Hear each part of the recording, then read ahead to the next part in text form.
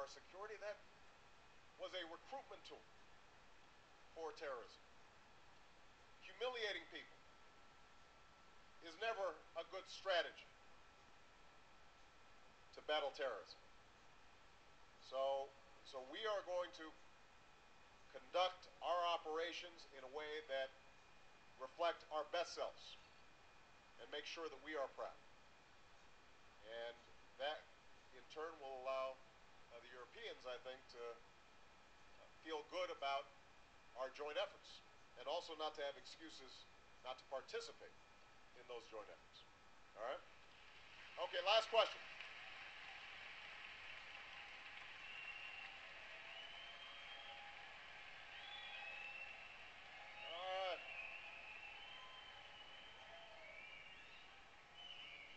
Let me see here. All right. That young lady in the red right there. Right there. She had all her friends helping her out. Thank you. Hi, I'm Ines, also from Heidelberg.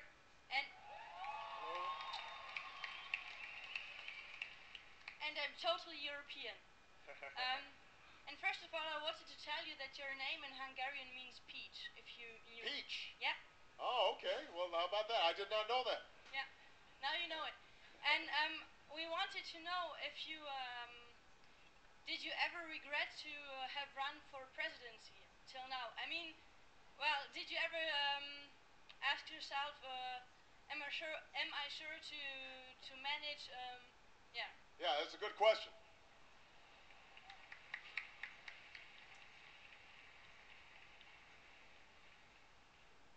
Michelle definitely asked that question.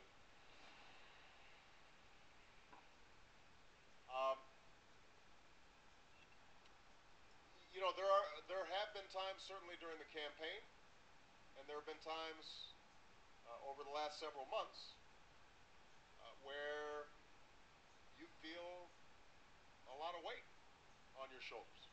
There's no doubt about it. During the campaign, the biggest sacrifice, the thing that was most difficult, was that I was away from my family all the time. You know, in addition to missing, in addition to being jealous about high-speed rail and the nice trains here, I'm also jealous of the fact that campaigns here only last a few months.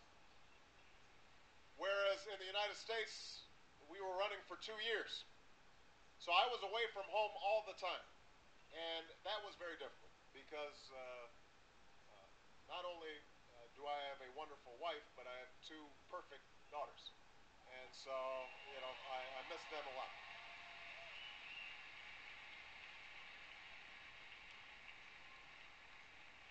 But the nice thing is now that I'm president, it turns out I have this really nice office in my house called the Oval Office. And so it only takes me a few seconds to get upstairs, and I'm home for dinner every night. You also lose privacy and autonomy, or anonymity. You know, it's very frustrating now. You know, it used to be when I came to Europe that I could just wander down to a cafe and sit and have some wine and watch people go by and, you know, go into a little shop and watch the sun go down. Now I'm in hotel rooms all the time. And I have security around me all the time. And so just, you know, you losing that ability to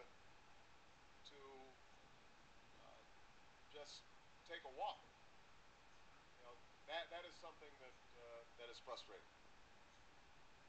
But having said all that, I truly believe that there's nothing more noble than public service. Now that doesn't mean that you have to run for president. That, you know, you might work for Doctors Without Borders, or you might volunteer for an agency, or you might you know, be somebody working for the United Nations, or you might be the mayor of Strasbourg, right? I mean, they're all. You might volunteer in your own community, but the point is that what I found at a very young age was that if you only think about yourself, how much money can I make, what can I buy, how nice is my house, what kind of fancy car do I have, that over the long term, uh,